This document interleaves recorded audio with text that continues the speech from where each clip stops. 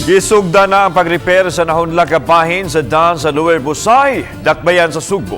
Apan kontraktor, nabalaka nga dili mahuman ang proyekto tungod sa suliran sa road right-of-way. Samtang sa nagpadayong clearing operation sa probe ug sa DPWH7, mga retailer shop nga mikawat sa National Road gipangguba. Ani ang report.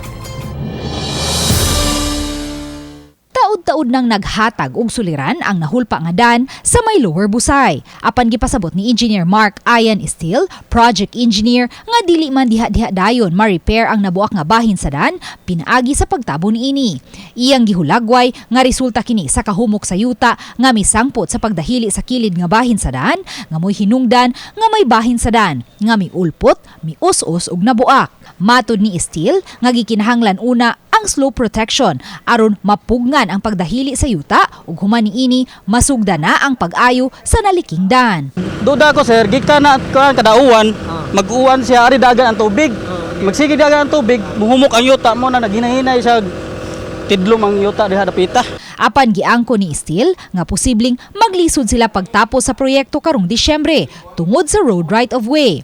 Gusto unta nilang magbukas og access road aron matarong nila ang ubos nga bahin sa dan, apan may duha ka mga panimay nga apektado sa ablihan nga access road. Mga natong trabaho sir is 85 meters na gyud ni ana sa among kontrata. From here to katong mga balay itong duha ka buok na puti, diha ra jud kutob ta sir.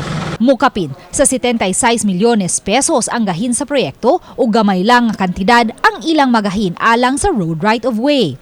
Giingong nangayo og 2 milyones pesos nga danyos ang nanag-iya sa duha ka balay nga giingong gamiton sa kontraktor aron mamahimong usa ka access road.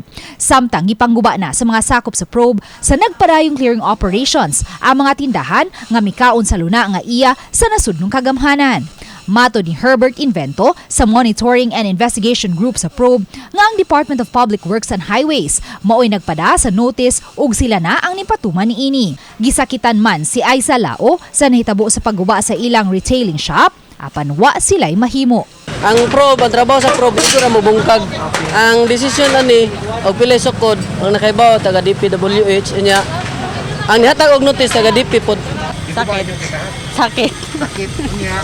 Smile lang yapon kay wala tay mahins. Uban ni Cleofer Lumayag, Luan Merondina, Balitang Misda.